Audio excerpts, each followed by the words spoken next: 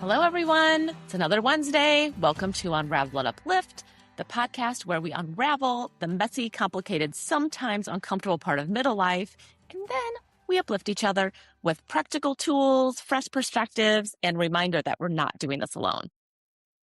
We're your hosts, Claire Evans, Jen. And today we're talking about something that feels like it's happening everywhere around us. Women changing careers, women launching businesses, women traveling solo, women getting divorced, women finally going back to school, and women finally saying, this life doesn't fit me anymore. And this is where it gets super interesting, right? Like society often calls that a midlife crisis. But what if it actually was like a midlife awakening? I was that. super excited to be dug that. into this because I think that's where it's pivotal, right? We get really negative about it. So today we are unraveling what we are calling the Great Midlife Rebrand. I just love everything about that. It just sounds so empowering. Yeah. And I really love the fact we're kind of getting that midlife crisis. Yep. Like I'm visualizing a piece of paper here, getting that paper with putting it together and squashing it, like screwing it up and then throwing it in the trash. Right. Yeah. Right. We're awakening people. Yes. Okay. So for decades, midlife was marketed as a decline, right? Like you're halfway through your life. And think about all that messaging that we've heard our entire lives. Anti-aging, empty nest syndrome, midlife crisis, menopause was something to survive, which that is sort of true. I feel like that is I think true. it's changing though. I do feel that we are in a world where there's more acknowledgement that women have been and are suffering. Yeah. And should not be. Yeah. And then the idea that the best years of your life are behind you, right? Yeah. So those are heavy statements. And I think that underlying message has always been the same. You have peaked. Now just maintain. Right. It's like, yeah. We don't like that. Yeah, we don't like that. What if that was completely wrong? Because now what we're seeking today looks very different. We're not shrinking into middle life. We're actually expanding. We're growing. Yeah. It's like a rebirth. Yeah. The reinvention tour, really. I mean, I feel like we're seeing a lot of women launching businesses at 50, which is so empowering. Yep. Changing careers at 48. Yep. Writing books at 60. Becoming first-time entrepreneurs at 55.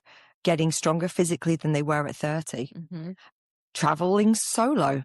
Learning entirely new skills. Leaving relationships that no longer serve purpose. And pursuing passions that they buried decades ago. Yeah. That's like super empowering to know that you can change the script anytime you want to, rewrite that. And maybe that's the most inspiring part, that many of these women are not reinventing themselves. They're reclaiming themselves, right? That's a powerful statement. Like just listening to that inner voice that's maybe been there for 20 years and we've been quashing it. Yeah. And now we're actually giving ourselves permission to dream big again. Right. Like I think about when I was in my 20s and I had all these aspirations. Yes. Not only just for my life going forward with my career, but travel and doing things that I was passionate about. Right. And it's almost like you squash them down, quash those noises for so many years. Right. And now we get to re-listen. I know. I love that. So going back to reclaiming themselves and like becoming who they are before they started thinking about everybody else in your life, your family, spouses, other things. And for decades, midlife was marketed as a decline. But today, women are redefining that as an expansion. So not an ending, a beginning, not closing a chapter, a rewrite, not a decline, an evolution. Yeah. Love that. So a couple examples that when we were getting ready for this podcast that were out there that we thought were recent and something to talk about was Julia Louis-Dreyfus. She has her own podcast that, I'll dip into every now and then. And I mean, she's a celebrity. She doesn't have to do anything. She could coast on the success that she's had with everything that she's done. But instead, she launched a podcast in her 60s and it's called Wiser Than Me. And when they talked to her about why she wanted to do this, it was because she said she had to. That she had more to say, right? She didn't it wasn't out of, financial benefit. There was something that she wanted to say that she wanted to share with her community. So I think that's really powerful. And really right before we jumped on here today, it's the reason that we do this. Yeah. Like, it's fulfilling for both of us, but we also hope that one or two people that are out there listening find what we're saying important and motivating and are inspired, or, and share the episode or inspires other people. So it's a win-win. And that you don't just feel like you're going through these motions on your own. Right. Because I think it can, at this point, when we look at this awakening, it can almost make you feel guilty. It can almost make you feel like, I shouldn't do this. Right. And I'm hoping that there's a community out there that sees us, and you don't have to do the same as us, but just feels like, okay, there's other people feeling the same or similar feelings that I'm feeling. Yeah. And there's now an opportunity. Mm-hmm. Yeah.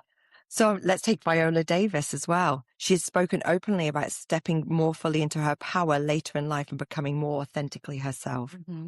Her story is not about becoming someone completely different. It's about becoming more unapologetically who she was already. Yeah. And I think that comes with this territory, right? You're at a point where you're like, it's not that you stop giving a shit. It's just more that you start thinking, why should I hold back on how I feel? Yes. Why should I not live my true authentic self? I've made it through this far. I've got a gift of life. Mm-hmm. Why stop being who I genuinely am? Yes. And she, if you don't follow her, like on Instagram, her content is just so inspiring and human. Yeah. And maybe there's things that you agree with her on or not, but it's just a very human feeling. Like the things that she posts, and it's usually from other people. Some of it's her own content, but usually it's, other people's content that she's sharing and giving them a platform. But it's just really human. And when you, it's sort of like those feel goods too. Yeah. So she's a good one to follow if you're just looking for, some uplift, really. Yeah. Yeah. Way to get on board, Viola. Okay. So another one of our favorite voices on this topic is Martha Beck. So go ahead and jot that down. Many of her work centers on what could be described as like that second half of life, that awakening that we've been talking about. And the idea is that society often labels that midlife crisis, which may actually be something a little bit deeper. And it's a way to be authentic and like self-knocking on that door and asking, are we ready now? So are we ready to do this now? I think is where we often, like you said, we've closed maybe the book on things that we wanted to do in our youth or at another time. And then maybe now is the time to like relaunch that strategy, So I think that's, Martha Beck has some really good content around that. So I suppose I start thinking, why is this happening, Jen? Mm-hmm. Like why, I think about the generation before us and women living their lives differently. Yep. So I'm just, just curious at this shift, this generational shift. And here's something fascinating. Women today are living longer than previous generations, and many of us have another 30 or 40 years ahead of us. Yeah. I also think one thing that comes big into play here as well is generationally, we are a generation where there's a lot more women that are in the workplace still. Yes.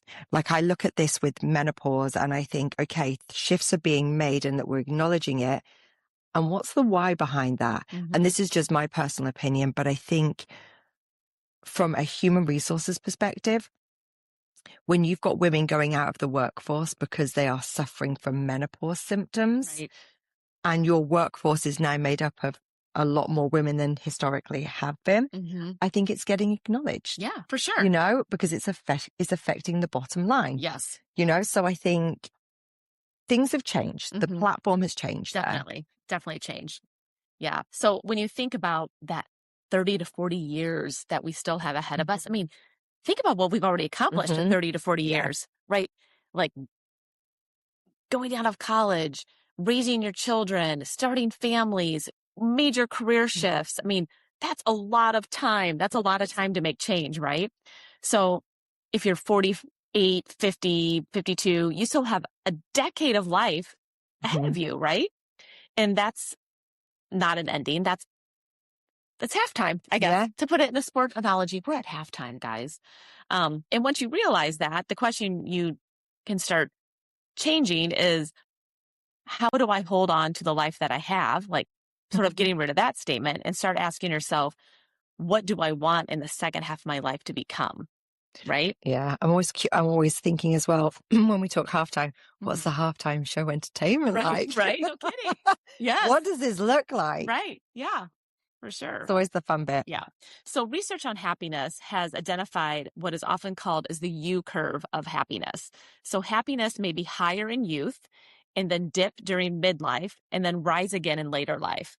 So, I mean, that gives us a good visual about where we are on that timeline. And when you think about that, it makes sense. Midlife is often when responsibilities peak. So often in your career, it's that opportunity to take that more senior role, have more opportunities to have responsibility. Your children are in a point where they're becoming more independent. So there's less responsibility there, except for financially. Financially, that doesn't change.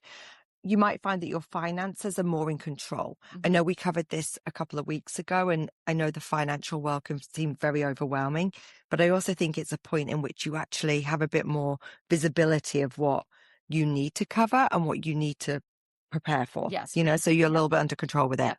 Aging parents, I think our parents are living older now as well. And that's something that maybe in the past hadn't been something you had to deal with. But now there's a responsibility of thinking about those individuals, and what you're going to do for them, household responsibilities. Everyone just needs something from you. Yeah, for sure. And eventually you begin asking, what do I need from me? Which is a nice change. And that's often where that rebrand begins and why we see so many of these women making these major shifts in their 40s and 50s and onward. So we're going to use an analogy of earthquakes because it is almost like this little mini midlife transitions. Shake. Yes. Right. Shake it out. Yeah. Shake it off. Yeah. Taylor, we're going to shake it off. Okay. So earthquake number 1 is career. Many women reach their late 40s and early 50s and begin asking, is this still meaningful? Do I still want this for another 20 years? Am I still growing? Does this version of success still matter to me? And I think so many listeners can relate to this, right? And it's not because they necessarily hate their jobs, but what if it was just completely wrong? What if it doesn't fit anymore, right? Because what we're seeing today looks very different. Women are not shrinking in that midlife, they're expanding. Yeah. And I always think of it as you want to get the right, you want to be in the right seat. And what if now in your 40s and 50s, the seat you've always been in is no longer the seat that is right for you? Right. I think that's a real kind of shift there. So I was talking to a friend recently who had what most people would consider a very successful career. She was in her late 40s, making good money, respected in her industry. And from the outside, everything looked great. And then she said something that stopped me. I don't hate my job. I just don't recognize the woman who chose it. She'd spent 20 years climbing a ladder she thought she wanted to climb.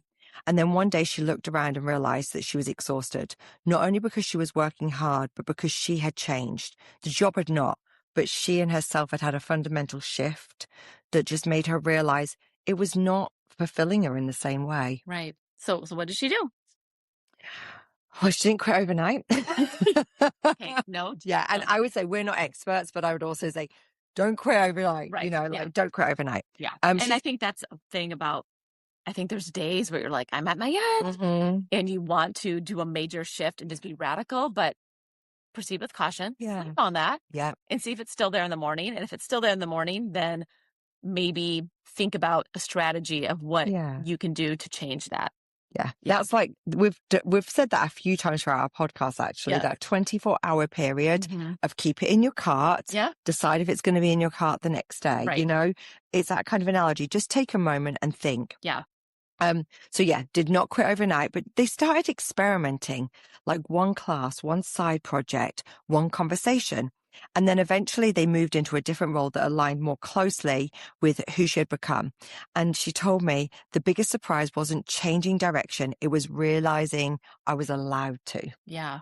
Isn't it? That's huge. That allowing yourself. I love that for her. And like how? what a gift for herself, Yeah. right? When we've all been there, when we feel like we're stuck in this rut, and you wake up one day and like, what am I doing? Why am I doing this? I mean, just either the mental grind that it takes on you, or you get the Sunday scaries, right? Where you know that Monday's coming and you're like, oh God, what is this week going to be like for me?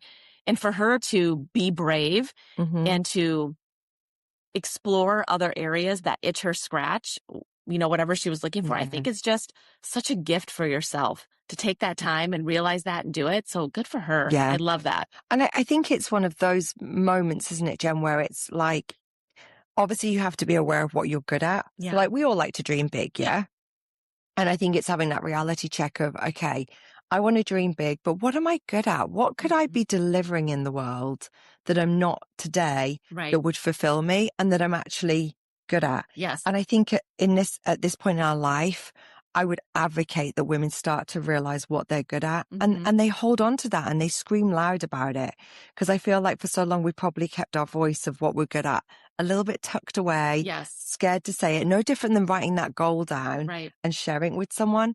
I'd really like women to feel empowered to say, I'm really good at this. Right. And if you don't know, this is where AI can be a great thought partner, where you can plug in your resume and then talk about what your passions are and what you're looking for and keep asking questions back and forth and to try to get to the point like, well, if, this is where you're at, these could be avenues for you. Like that's where AI, like for me, AI doesn't do a lot of my work for me, but I work at home for a company and sometimes I need someone to be a thought partner and bounce things off of. And that's where AI really helps me think about, oh, right, I didn't think about it that way, or challenges me in areas where if I was having a conversation with a real person, that would help me filter some of those ideas out. So if you don't know, give AI a spin and see if it can help you think about where your next chapter could take you. And interestingly, one of my colleagues the other day was talking to me about there's something AI out there now, and I don't know the name of it. I should have asked a few more questions around it, but there's a mechanism out there, and I'm sure there's several, where if you're at a different point in your life, so starting your career, and I would imagine this works exactly the same way, even for us at our point in life, where you can plug in things that you're interested in, and it can help you uncover almost what your career path could be. So that's that. For those going into the workforce, like newly going in, why can't it work for us? Right. You acknowledge your strengths in it. You say what you're interested in, and then it gives you information on maybe what you should pursue. Right. This is our awakening. Yeah. This is our time to plug in. Yeah. Just like the younger folks are doing and start saying, these are my strengths. Yeah, most definitely. I love that. I love. Yeah. Yeah. Okay. So earthquake number 2 is relationships and family. So we've talked about this in previous episodes. Yeah. Friendships shift, right? Marriages evolve. Children become independent, parents age.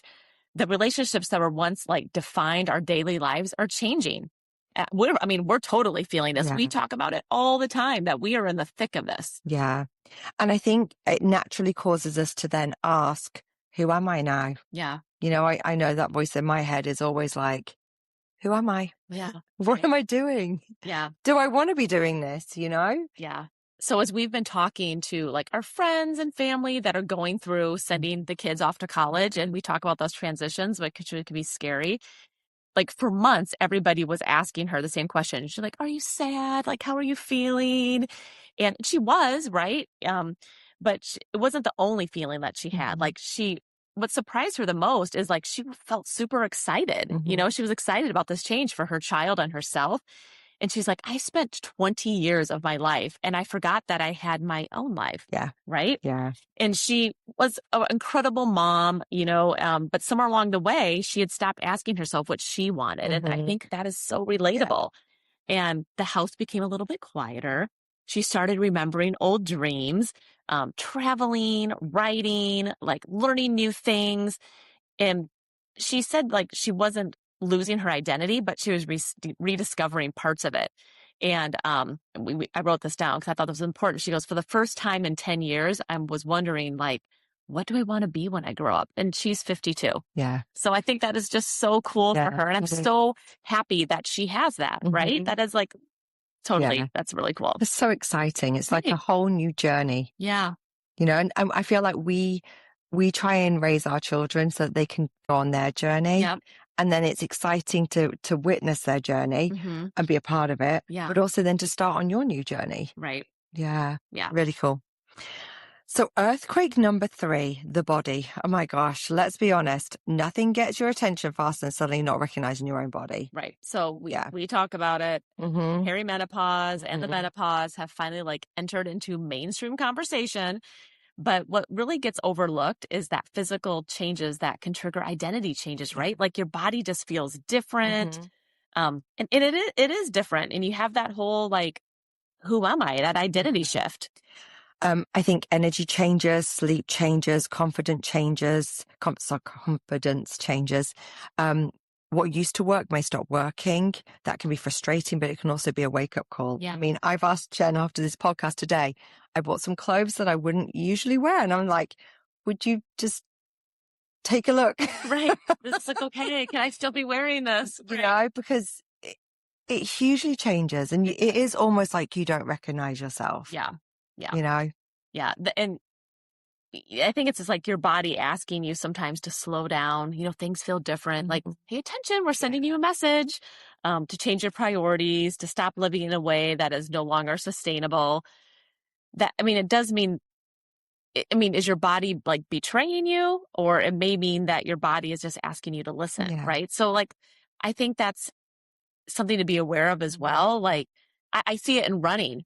In everything you read will be like, don't do as much cardio. Like, yeah, cardio is important, but like you need the muscle. You need to be stretching. Like if you fall, you need to make sure you can get up, right? And so I put a lot more emphasis on strength training than I was in running, but I miss the run sometimes. Like sometimes it just feels good to run, but I know it's beating the hell out of my body. And I'm like, and then I'll have the aches and pains. The stairs will get me the next day. And I'm like, God, was that worth it? So I need to be more mindful of the things I should be doing. And because our time is so valuable, what's going to give us the biggest return on that investment? How are you going to see those results? Yeah, because you do still want to feel good about this new body that you're living in, you know? And it gets complicated. So the Confidence Rebrand. I have another friend who spent most of her life worrying about what everyone thought. Every decision went through the same filter. Would people approve? Would they understand? Would they think she was selfish? Then she turned 50 and something began to shift. Not overnight, but gradually. She realized she'd spent decades earning approval from people that she didn't even want advice from. It was almost like she was like, why? Right. Like, we've all been there. Right? We've all been there. Like we leave conversations and we're like, did that even give me anything? But you're just sitting there in that room or in that conversation like, yeah, sure. Yeah, sure. Doing the motion. Right, going through the motion for sure. So one day she booked a solo trip, not because she was fearless, because she was kind of scared, but because she was tired of waiting. Yeah. You know, waiting in that moment of, I'm thinking this, I'm feeling this, but I'm not doing it. Yeah. She was nervous, but she went.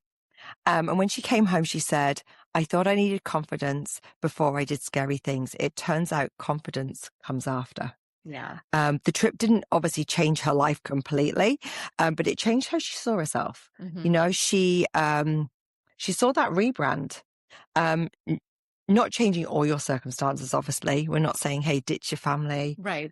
Ditch your friends, go set up a whole new life in the South Pacific. But changing the story that you tell about yourself, I think that's what is possible. Yeah. And I mean, I remember the movie in the book, Eat, Pray, Love, right?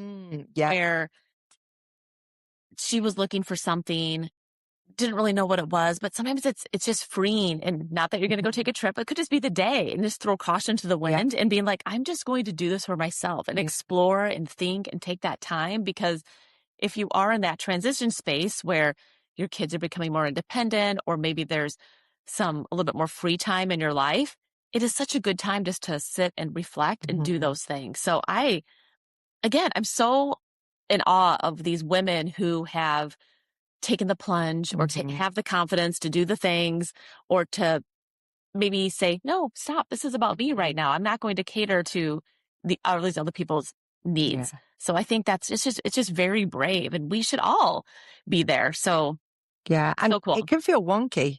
It can feel real wonky. You can get the wobble. We're not used to doing this. No. But I think I have such admiration for women that are brave. I really do. And I feel like we should really shout about that. Yep. Really do and celebrate it. Yes, agreed. Yeah. Because we're all too quick to critique it. Yeah. So like we've shared these stories and, maybe the reasons why, but for us in our community, we want to have this rebrand audit, right? Well, let's take some inventory here. Yeah. So wherever you're listening, driving, walking, folding laundry, sitting by the pool, maybe, school pickup line, wherever you're at, let's ask ourselves some questions. Okay. What are you pretending to enjoy? Yeah. So think about that. What are you tolerating?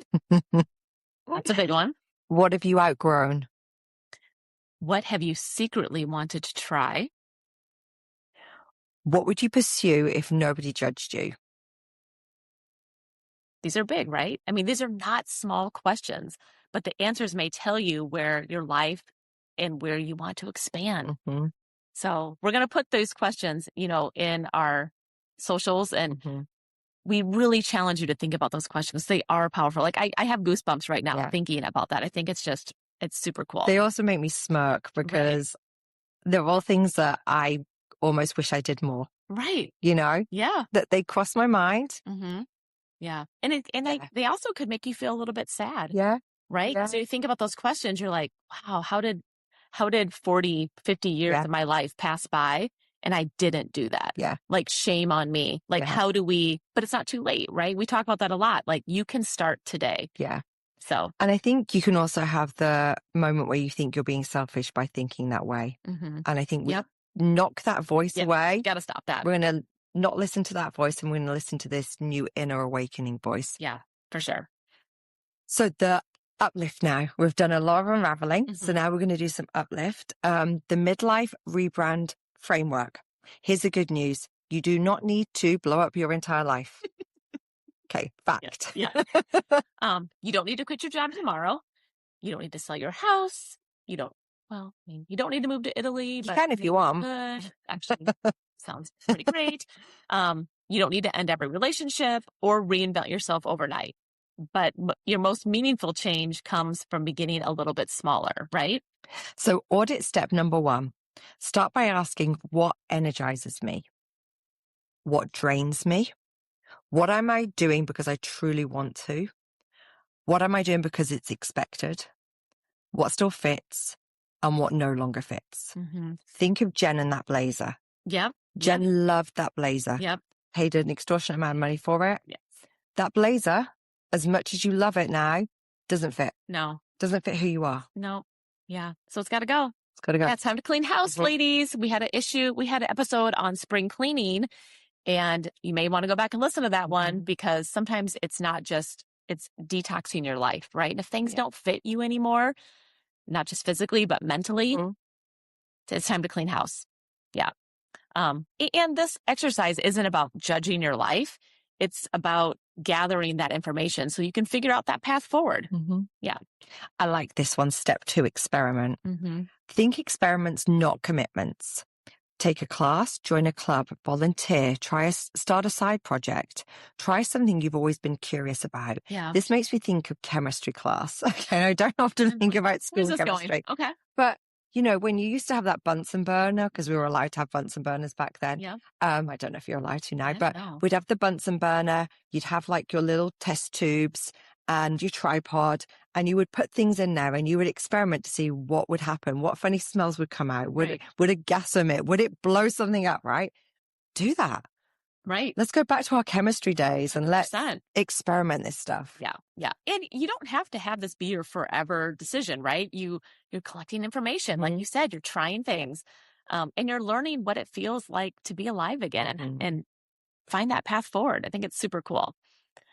So step 3 is the edit. We just talked about spring cleaning. So every great brand knows what they're doing, and this applies to your life, right? So you have to ask yourself, what needs to leave my life to make room for what is next? So it could be a commitment. It could be a habit. It could be an expectation. And maybe it's the belief that it's just not too late, right? Okay, this is the challenging part. No different to that goal. You need to declare it. So tell someone, say your dream out loud, not who you have been, but who you're becoming. Honestly, we would not be here on this podcast had Jen and I not shared. Well, actually, you shared. I'm going to be honest, you were the brave one. Yeah. Jen was the brave one. Jen said it out loud and it really resonated with me. Yeah. You know? And I was scared. I had imposter syndrome and I needed a partner, and we're better together because of it, right? There's days where I can be weak and Claire is strong and vice versa. And we bring things, together, and we just like AI I talked about, Claire's my thought partner. So if you are struggling to figure out where you go next, find that partner who can help and empower you. And if there isn't someone in your circle that can do that, it even goes back to when we talked about a coaching episode. This is where coaching helps with that forward thinking, right? It's not about necessarily the past. It's about how do I get to where I want to go next? Yeah. So there's a lot of resources out there to help you get to those goals. Yeah. And achieving those steps. Yeah. So we have a challenge for you. So this week, we want you to complete our midlife rebrand challenge. So stop one thing that drains you, right? So definitely stop doing that. Start one thing that excites you. Tell one person about a dream that you've been keeping for yourself. And that's it. It's that simple. And then come engage with us. Send us a message or comment on social media and tell us what part of your life you're rebranding right now. We want to hear your stories. We really, really do. This is part of why we wanted to start this podcast, so we could have a community. We've got a Facebook community group where we've got folks that share on there. And I'm truly grateful for their perspectives. Yes. And it's truly great. Others too, because I think there's times where you think you're out there alone and then you hear, like, we're normal people.